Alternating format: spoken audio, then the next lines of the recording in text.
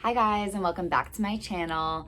This is a video that I really wanted to do because I think it's important as one of my first videos to kind of sit down and talk to you and let you know a little bit more about my curly hair journey. As you can see by the title, that's what I'm talking about today. I know that my first picture says 2018 and my second picture says 2020, but I really have so much more than just those 2 years. And to be honest, most of my curly hair journey has really happened within the past 6 months because of quarantine. I was really able to focus on my hair and not worry about the damage that I was doing because I had to go out either to work or go out with my friends. I was home and I was really able to focus on getting my hair the nutrients that it needs. I know some of these videos could be a little bit hard to watch as it's really just someone sitting down and talking. So I'm gonna try and make it as short as possible so that you guys are entertained still. And yeah, let's just get right into it. So I am still in my curly hair journey. A lot of videos that I watched when I was going through the beginning stages of this process were really people who had been going through their curly hair journey for 7 years or more. And for me, I was just beginning and I really wanted to see people transition in a shorter amount of time. I think one of the most important things to know is that you just have to keep going. It's really, really difficult to start your curly hair journey. I understand that. I wore my hair straight for probably 15 years, as I mentioned in my last video, if you've seen it. If you haven't, go watch. But yeah, I've worn my hair straight for a really long time, and it was so hard for me to even know what my natural curly hair looked like. When I was a kid, my mom really thought that my hair was hard to deal with, even though she has very curly hair. She just would put my hair up a lot. There weren't that many products for natural curly hair, especially children at the time. So I didn't really have many options. Probably when I got to elementary school, middle school, I started to realize that I didn't like my hair the way it was, and mostly because a lot of the kids that I went to school with, I don't know if they were making fun of me, but my name is Charisma, and for short, people call me Riz or Rizzy. And in elementary school, they started to call me Frizzy Rizzy. I did go to school with a lot of Caucasian people, and so their hair type was very different than mine. And to be honest, I really wanted my hair to be straight as well. So once I learned how to straighten my hair, that's it. In my mind, I was never going back. I loved my straight hair. I think I decided to start my curly hair journey in 2018. I didn't straighten my hair for 4 months. The problem at that point was all of the videos that I was watching on YouTube were telling me that every day when I woke up, I had to re-wet my hair and redistribute product. And it would end up being straw-like. It was hard, the curls were not defined, and it was so much work. So after that 4 months, I went back to straightening my hair because I was like, I can't do this. Especially I do travel a lot, of course, before quarantine. And I didn't feel like I can bring, number one, all my products with me. And then every single day when I woke up, I had to re-wet my hair and put more product in. It took me so long to do my hair. When I wear my hair straight, I wear it that way for 5 days to a week. I wake up, I don't have to do anything. It's very easy and manageable. So again, I went back to straight hair. Then quarantine came, and of course I didn't have to go to work anymore. I was just home. So I decided, okay, let me try this again. Let me see if I can really do this. It was important to me. I do love having curly hair. My mom has curly hair, my sister, my brother, everyone in my family has curly hair, and I'm the only one that consistently straightened my hair. So I decided, okay, let me give this another go. One of the biggest things that helped me out was putting my Not Your Mother's Curl Talk 3-in-1 conditioner in my hair in the shower.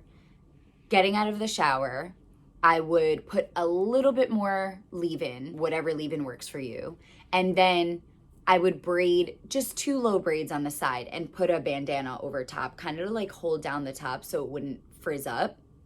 And then when I would wake up in the morning, I would take the braids out, and my hair would just kind of have a wave to it. And that's how I would leave my hair. That's how I was wearing my hair throughout quarantine. And then maybe every few weeks I would try and curl it, which you're gonna see pictures of through quarantine, how my curls have changed in just 6 months. I will say that I haven't been completely true to deep conditioning my hair all the time. I'm really trying to get better at that, but of course that's time consuming as well. You have to put your hair in a cap, you have to wait 30 minutes, and sometimes I just don't have the time to do that, especially now that I'm back to work. I'm getting better, but I do recommend that. I do think that when I do a deep conditioner or a hair mask, my hair completely changes for that wash and go day. Something that I'm still working on as well. As of right now, I am following the curly girl method. I think it's important when you're trying to get your curls back.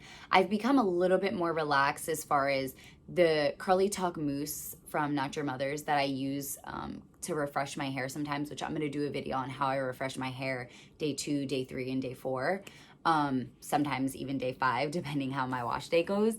But there is some parabens and sulfates in there. I'm not sure exactly what it is, but I know that the first line that they made of the mousse was not curly girl friendly. I still use that.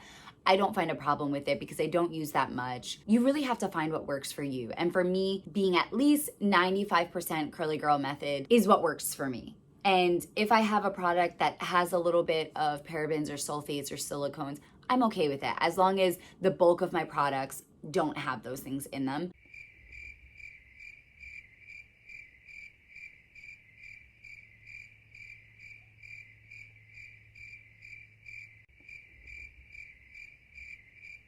I know a lot of people tell you to do a big chop.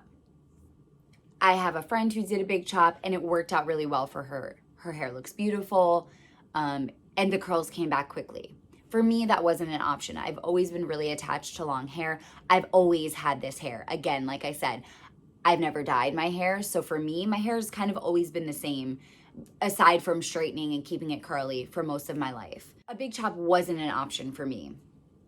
I'm gonna say that in the past, I guess I'm coming up on 4 years, I've only trimmed my hair once. And I know that sounds crazy. Trust me, I'm well aware. Yes, I have split ends. Yes, I need to cut it more. But what I'm trying to tell you is that you don't have to completely cut your hair off to get your curls back. You can see that I have pieces, this is a piece that I woke up this morning and it just was not doing well. And it's hard to see the bottom of my hair here, but yeah, I have pieces in the bottom of my hair that are not curling fully. Back here, you can see some, but for me, that's not a deal breaker. I'm happy with the way that it looks now. I know that I can do much better, and I am going to get my hair cut again. I'm going to go to a curly hair specialist, but I'm not cutting much off. I might do an inch or so and cut maybe every 6 months after that. I don't think that it's 100% important to cut all of your hair off in order for you to be able to start again. Also, one thing is you do not have to use a million products. I know I still do use 3 to 4, I want to say 2 to 3 products in my hair, but I used to use 5 to 6 products in my hair and it would take so much time. It was weighing my hair down. My hair was hard.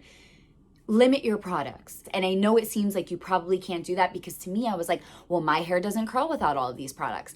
It's not true. You just have to put them in the right order. You want to put a leave-in, then you want to put some type of curl milk or curl styler, and then you want to put in a gel. Those are the most important products. You can make your hair work with just those products in. I've never dyed my hair, so I didn't have damage from dyeing my hair, as I know actually a lot of people do have, including friends and family of mine. Their problem is they've dyed their hair for years and years, and that creates a lot of damage. But I did straighten my hair a lot. So although I didn't have the dyeing damage, I had the heat damage. Along my process, probably I want to say starting like 2016, even though I wasn't in my curly hair process, that's kind of what got me thinking, all right, I can actually do this. I like the way that my hair looks like this. Basically, I would shower, put some gel in, do 2 French braids, and sleep with it like that. Probably leave it in for like half of the next day. And my hair would just be really big and, have those cool like French braid waves come out. And I loved that. So I was like, oh, okay. I love the way this looks. Let me start to try and wear my hair curly. But of course, at that point, I was not successful. My hair looked horrible the way that I did it. One of the things I searched a lot when I was starting this process was curly hair journey, because I wanted to see the before and after pictures. That's really important. It keeps you motivated. It lets you know that there's other people who have also gone through these stages with you. Another thing to note is that I know this is gonna sound silly, but I don't like my ears.